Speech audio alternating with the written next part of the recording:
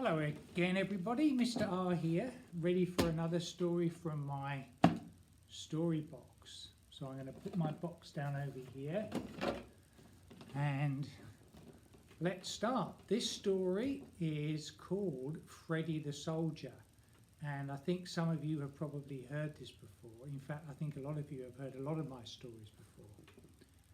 So this story starts in Buckingham Palace. Buckingham Palace is where the kings and queens of England lived. And living in the palace are soldiers. They live in a place called barracks. Barracks is the name of the building where the soldiers live. And it's kind of around the side of the palace. And it's the job of the soldiers to guard the king and the queen of England. And one of these soldiers was called Freddy. And Freddy lived in the barracks in Buckingham Palace. Now some of the soldiers are inside the palace, looking after the king and the queen, standing outside rooms and making sure they're kept safe. And some of the soldiers are outside of the palace. Now the palace is a huge big building, and it has huge big steel railings that go all the way around the outside of the building. So nobody can get in or out. And it's the soldier's job to basically walk around outside the palace and make sure that nobody is coming in or out. And one of these soldiers was called Freddy. It was Freddy's job to stand outside the main door to Buckingham Palace. He had a uniform, and his uniform was a red jacket with golden buttons and a big tall hat and black pants and shiny black boots. And of course he also carried a weapon too. When he was standing outside the palace, Freddy had to stand completely still. He had to be standing to attention. He wasn't even allowed to move his face or his eyes around. He had to be looking ahead all the time, making sure that nothing was happening outside of the railings. At least once a day, the captain of the guard would come out and he would check Freddy's uniform, make sure that he was standing completely straight and to attention. Now, he didn't have to stand like that for the whole day. Every once in a while, Freddy was allowed to march up and down the building of Buckingham Palace, but then he always had to go back to his position outside the front door. Now, one day Freddy was standing on guard, and he was outside the big black door, the entrance to Buckingham Palace, when he saw out of the corner of his eye the captain of the guard walking towards him, and Freddy stood up very straight. And the captain of the guard walked over to him, as he always did, and he started checking Freddy's uniform. And he started at the top of his big tall hat, and he worked his eyes down his jacket, checking his buttons were shining and checking his belt buckle was shining too. And he started looking at Freddy's boots, making sure that they were polished and shining, when Freddy felt something in his foot, kind of like a tickle. And he moved his foot, and the captain of the guard looked at his leg and wondered what Freddy was doing. And then whatever it was in his boot started tickling, or it seemed like it was tickling his toes. And Freddy started laughing. He couldn't stop himself. I mean, most people, if they tickle the bottom of your foot or your toes, you're going to start laughing. And that's exactly what Freddy did. The captain looked at Freddy and couldn't believe what was happening. He told him to go back to the barracks straight away and to come and see him that afternoon.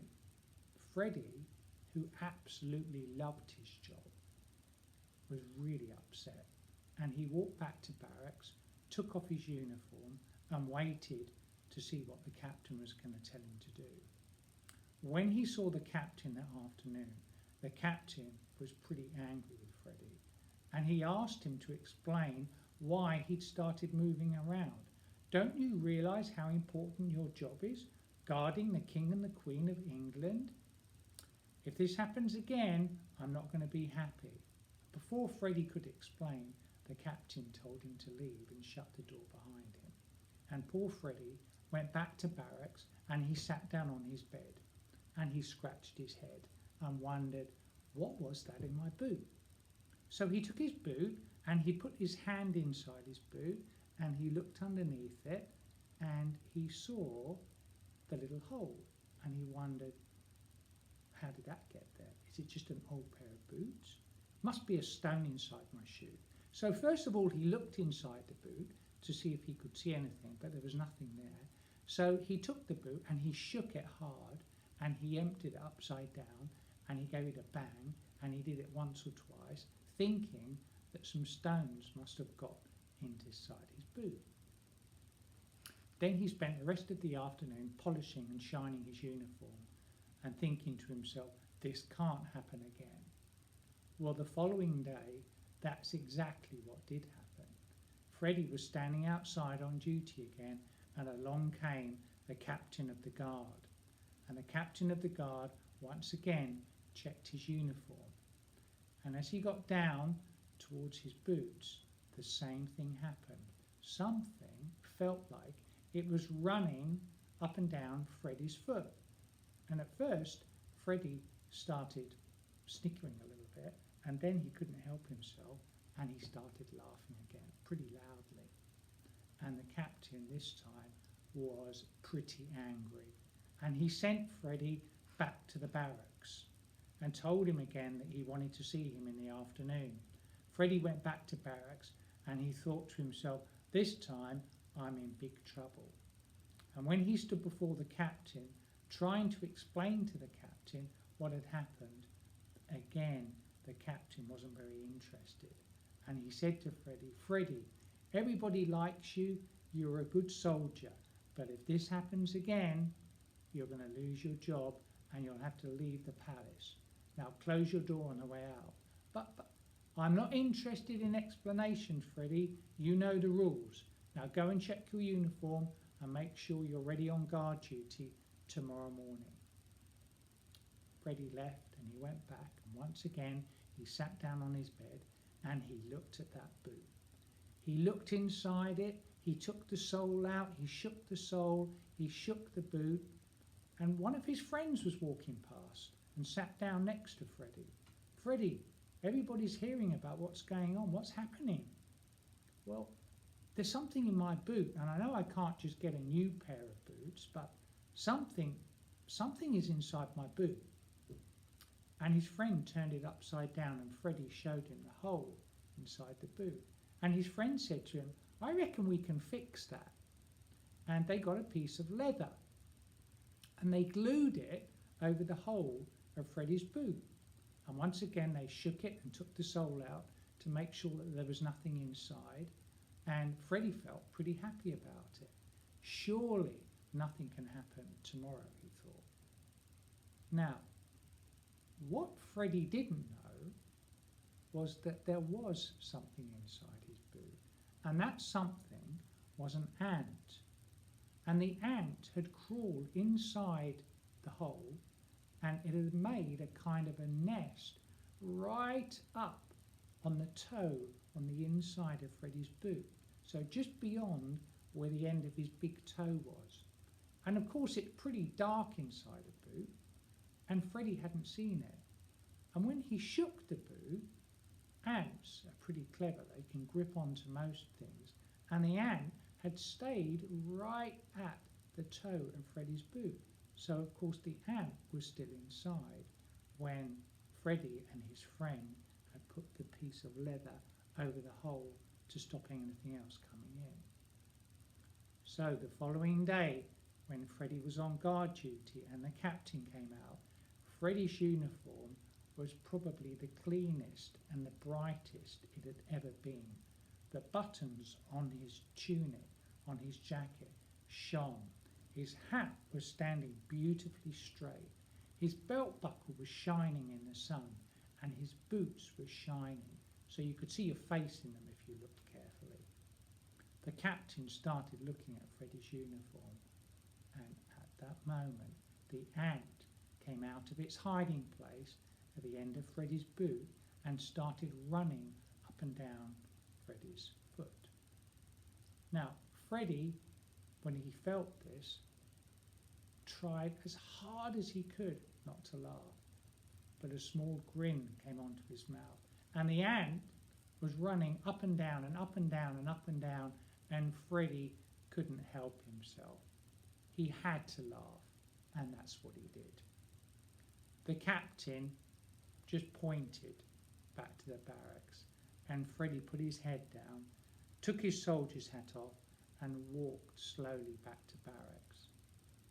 The captain came to see him, and this time he didn't even ask to see Freddy in his office. He came to where Freddy was sitting on his bed. Freddy, you've had 2 chances now. You were warned. I'm afraid you're going to have to leave the palace. Leave your uniform on your bed in the morning, and I want you gone by 9 o'clock. You can take your boots, but nothing else. Freddy was so upset. He couldn't sleep that night and thought to himself what he was going to do. He didn't have a job. It was very hard to get jobs in those days, and all he could think about was to go back to his parents, who lived on the other side of the forest, and stay with them for a while. In the morning, he put his clothes on, and he put his army boots on and did them up, and he left, said goodbye to his friends on the way out, and the big steel door was shut behind Freddy in the railings, and he looked at Buckingham Palace for the last time. It took Freddy 1 or 2 hours to walk through the city of London until he came to the forest, and on the other side of the forest, as I said, was where his parents lived. Freddy stopped on the edge of a forest at a baker's and picked up some bread with a few coins that he'd saved, and sat down and ate. When he'd finished and he started walking through the forest, he realised that he wasn't going to be able to get to the other side before it got dark. It was a big forest. And Freddy wasn't worried about that. He'd often slept outside before when he'd been training to be a soldier. So he found a big tree and he made himself comfortable and put his jacket over his head, and it wasn't a particularly cold night, and he ate the last piece of his bread and he fell asleep. Sometime in the night, something woke Freddy up, and he was awake very quickly. He looked around and he listened for the noise. It wasn't an animal, or not that Freddy thought, because Freddy knew all of the sounds that the animals made in the forest. But this wasn't an animal sound. It sounded like people talking. Freddy silently got up and he walked around to look. He couldn't see anything. He couldn't see any fires burning. He wondered whether there was someone else in the forest with him. So he walked a little bit further in the direction that he thought the voices were coming from. And he came to the edge of a kind of a cliff. And when he looked over the cliff, down at the bottom were hundreds and hundreds of soldiers. They had all made little fires, and they had their guns, their weapons, stuck in the ground by the fire, and there were groups of them around the fire, talking and laughing. Freddy, as quickly as he could, lay down and listened to what they were saying. He couldn't actually hear everything they were saying, but he soon realised that these soldiers were getting ready to attack Buckingham Palace in the morning. Freddy didn't know what to do. He listened, and then he knew that he had to try and get back to Buckingham Palace to warn the soldiers what was going to happen. But as Freddy stood up, he slipped, and he couldn't stop himself from falling. He rolled and rolled and rolled all the way down the bank, and he landed at the bottom where all the soldiers were. A few of them stood up really quickly, and they grabbed Freddy and they took him to a tree. They tied his hands behind the tree, and Freddy waited to see what would happen next. The leader of the army appeared about an hour later, and of course it was still night time. And the leader looked down at Freddy, and when he saw his boots, he realised that Freddy must be a soldier from Buckingham Palace. The leader looked at Freddy and said to him, "I'm going to ask you a few questions about Buckingham Palace. I know you're a soldier because of your boots. If you answer these questions, perhaps we'll let you go. But if you don't answer my questions, we're going to leave you tied to the tree when we leave. And you know that there are a lot of wild animals in this forest, so answer my questions." And he started asking questions about how many soldiers were outside the palace, how many soldiers were inside the palace. He asked Freddy about the barracks and how many soldiers were in the barracks, but Freddy wouldn't answer. And the leader got more angry. It was at that moment that the ant decided to run up and down Freddy's foot. And Freddy started laughing. And the leader got angry with him. "What are you laughing at?" he said. "Do you realise how much trouble you're in? Do you realise if we leave you, the wild animals will take you?"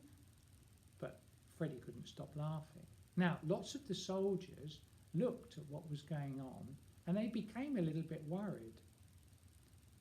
Why is he laughing? Like, doesn't he realise what could happen to him if he's just left here? Perhaps he's really brave. Perhaps all of the soldiers in Buckingham Palace are as brave as this one. Do you think we have enough of us to attack?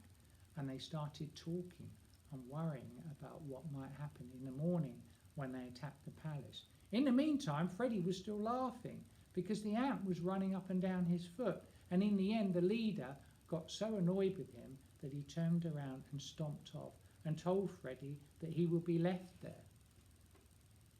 Now, it was still the middle of the night, and Freddy worked at the rope behind his hands that was tying him to the tree, and slowly but surely he managed to undo the knot. And it was just about morning. The sun was coming up, and Freddy had worked his hands free.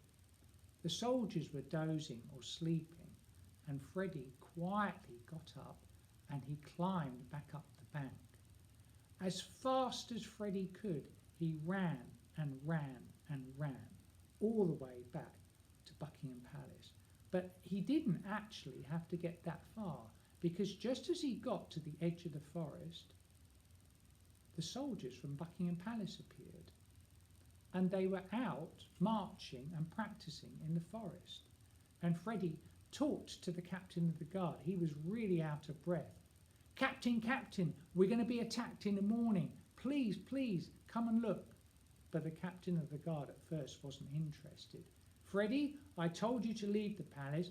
I'm not interested."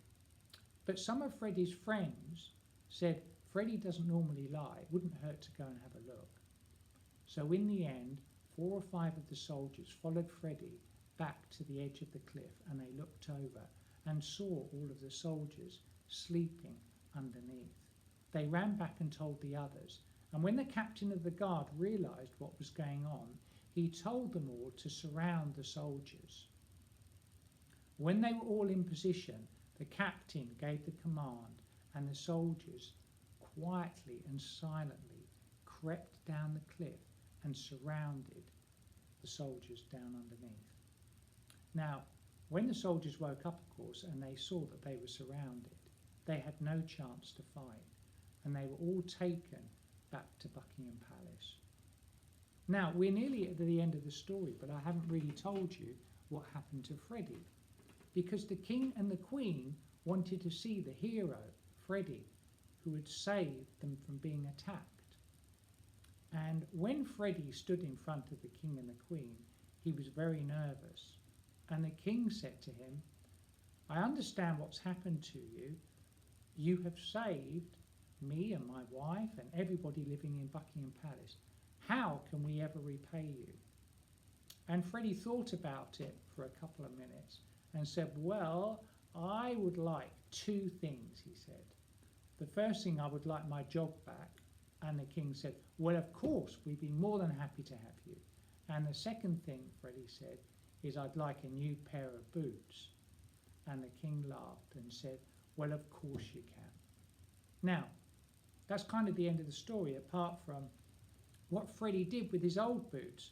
Because what Freddy did was he planted a flower inside his boot and he put it on his windowsill. And is the ant still inside his boot? Well, my guess is there's a lot more than one ant there now. Anyway, that's the end of the story for this week. I hope you enjoyed it, Freddy the Soldier. I don't have anything to show you this week from the story, but maybe next week. Next week maybe we'll do a story that's a little bit longer for some of the older children, and I'll have something to show you for that story. So keep safe, and I will see you next week.